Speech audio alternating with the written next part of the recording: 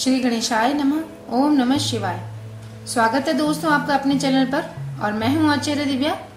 आज हम बात करेंगे तुला राशि वालों के लिए मई 2023 का महीना कैसा रहने वाला है।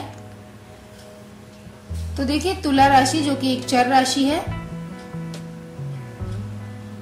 यानी कि गतिशील राशि है। इस राशि के लोगों का झुकाव हमेशा क्रिएटिव कामों की तरफ होता है और घूमने फिरने के ये ज्यादा शौकीन होते हैं। न्याय प्रिय ये लोग होते हैं और इनमें मजाक करने की बहुत आदत होती है। तो ग्रहों के गोचर से पता लगाते हैं मई 2023 का महीना तुला राशि वालों के लिए क्या शुभाशुभ फल लाएगा। और इससे पहले मैं एक विनम्र रिक्वेस्ट करना चाहूंगी, अगर आप चैनल पर नए हैं तो प्लीज चैनल को सब्सक्राइब कर लीजिए। वीडियो अगर पसंद आए तो लाइक और शेयर भी करिए। कमेंट में हर हर महादेव लिखना मत भूलिएगा। अगर आपके जीवन में कोई परेशानी चल रही है, विवाह संबंधी, करियर संबंधी, संतान संबंधी, तो आप कमेंट में लिख भेजिए, मैं आपको उसका उत्तर जरूर दूंगी। तो देखिए, ग्रह गोचर जानते हैं आपके लग्न भाव में ही केतु देव विराजमान है और आपके 5वें भाव में है शनि महाराज, आपके 7वें भाव में है राहु, सूर्य, बुध और गुरु, आपके 8वें भाव में शुक्र महाराज विराजमान है और आपके 9वें भाव में मंगल देव विराजमान है। तो ग्रहों की यह स्थिति आपकी हेल्थ पर क्या प्रभाव डालेगी, आइए पता लगाएं। देखिए, हेल्थ के पॉइंट ऑफ व्यू से देखें तो आपके लग्न के स्वामी शुक्र देव आपके 8वें भाव में है। हालांकि कुंडली का 8वां भाव अच्छा नहीं माना जाता, लेकिन शुक्र ग्रह अपने ही घर में है तो हेल्थ को इतनी ज्यादा परेशानी होने वाली नहीं है। इम्यूनिटी आपकी अच्छी रहेगी और जब शुक्रदेव आपके भाग्य स्थान में जाएंगे तब आपकी हेल्थ और भी अच्छी हो जाएगी। हालांकि आपको ध्यान रखना है अपने खान पान का, बासी भोजन से आपको परहेज करनी चाहिए। अपने पेट का ख्याल रखिए और सर्दी खांसी जुकाम न हो जाए, यानी इन्फेक्शन। आजकल जो कि मौसम बदल रहा है तो इन्फेक्शन का आप भरपूर ध्यान रखिए। और बात कर लेते हैं पढ़ाई करने वाले जातकों की। तो देखिए, विद्या का स्थान जो 5वां भाव है आपका, उसमें शनि महाराज विराजमान है। हालांकि आपकी पढ़ाई की गति धीमी रहेगी, आपको याद करने में थोड़ी दिक्कत आ सकती है, लेकिन पढ़ाई में जितनी आप मेहनत करेंगे उतना ही आप फल प्राप्त करेंगे। अगर आपने कोई प्रतियोगी परीक्षा को भर रखा है तो उसका रिजल्ट आपके पक्ष में जाएगा। लेकिन अगर किसी कोर्स में एडमिशन लेना चाहते हैं तो उसमें थोड़ा सा विलंब यानी देरी होती दिखाई दे रही है। अब बात कर लेते हैं लव रिलेशन की। देखिए, जिन लोगों के जीवन में लव अफेयर्स हैं या प्रेमी या प्रेमिका हैं, तो आपके लव रिलेशन का भाव जो 5वां भाव होता है उसमें शनि देव हैं।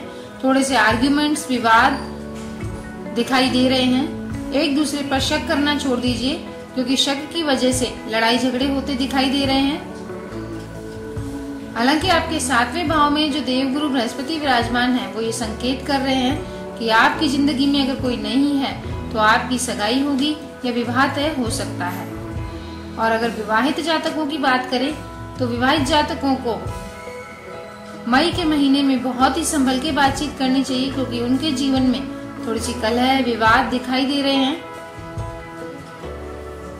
हालांकि आपके दूसरे भाव के स्वामी मंगल जो हैं आपके भाग्य स्थान में हैं, तो आप अपने पति या पत्नी के साथ कोई धार्मिक यात्रा का प्लानिंग करिए। आप धार्मिक यात्रा पर जा भी सकते हैं और ऐसा करेंगे तो आपके जीवन से विवाद खत्म होंगे। तो कोई धार्मिक यात्रा प्लान कर लीजिए, नहीं तो लड़ाई पूरा महीना ही होती रहेगी। बात कर लेते हैं आपके करियर की, भाग्य की और बिजनेस की। देखिए, करियर का भाव 10वां भाव होता है और दशम के स्वामी आपके चंद्रमा बनते हैं। तो करियर तो आपका वैसे भी स्टेबल कम ही होता है और मन विचलित होता रहता है तुला राशि वालों का। कभी कोई काम, कभी कोई काम, इस बारे में ही सोचते रहते हैं। लेकिन फिर भी इस महीने करियर में थोड़े उतार चढ़ाव दिखाई दे रहे हैं। लेकिन धन भाव के स्वामी मंगल देव आपके भाग्य स्थान में हैं, तो भाग्य से आपको धन मिलता रहेगा। और जो लोग बिजनेस करते हैं उनका बिजनेस उतार चढ़ाव के बावजूद भी अच्छी ऊंचाइयां तय करेगा। लेकिन इन्वेस्टमेंट इस महीने आप बिजनेस में बिल्कुल मत करिएगा, क्योंकि आपके बिजनेस के भाव में यानी 7वें भाव में राहु देव विराजमान है, जो कि ये दिखा रहे हैं कि आपके बिजनेस में कोई ऐसा व्यक्ति है जो आपकी पोल दूसरे बिजनेस वालों को दे रहा है। इस महीने आपको अपना काम या नौकरी चेंज करने का मन भी करेगा।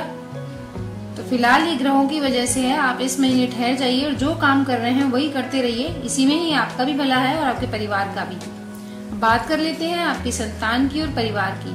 देखिए, कुटुंब भाव का स्वामी धर्म स्थान में है, तो धार्मिक आयोजन तो आपके परिवार में जरूर होगा, या फिर आप परिवारजनों के साथ धार्मिक यात्रा पे जाएंगे। कोई धार्मिक आयोजन आप करवा सकते हैं, जो कि आपके लिए अच्छा ही रहेगा। आपके मन में जो उतार चढ़ाव है, जो टेंशन्स हैं, उनसे भी आपको मुक्ति मिलेगी। तो आप मई के महीने को और हंसी खुशी बिताने के लिए क्या उपाय कर सकते हैं, ये जानते हैं। देखिए, सबसे पहला ये उपाय है आपके लिए कि आप मई के महीने में किसी भी शनिवार को अपने घर में सुंदरकांड का आयोजन करवा लीजिए। नहीं करवा सकते तो आप सब परिवारजन मिलकर सुंदरकांड का पाठ करिए, जिससे मंगल देव प्रसन्न होंगे, आपका भाग्य अच्छा होगा और बिजनेस के उतार चढ़ाव से आपको मुक्ति मिलेगी। दूसरा काम आपको ये करना है तुला राशि वालों, मई के महीने में कुत्तों को भोजन जरूर देना है आपको, क्योंकि लग्न के केतु ये दिखा रहे हैं कि आपकी सेहत में थोड़ा जो उतार चढ़ाव है, उसके लिए आपको कुत्तों को भोजन करवाना चाहिए शनिवार, मंगलवार और हो सके तो रोज ही। तो ये 2 उपाय करिए और मई 2023 को हंसी खुशी बिताइए। ऐसे ही और जानकारी पूर्ण वीडियो में फिर से मिलेंगे। तब तक नमस्कार दोस्तों।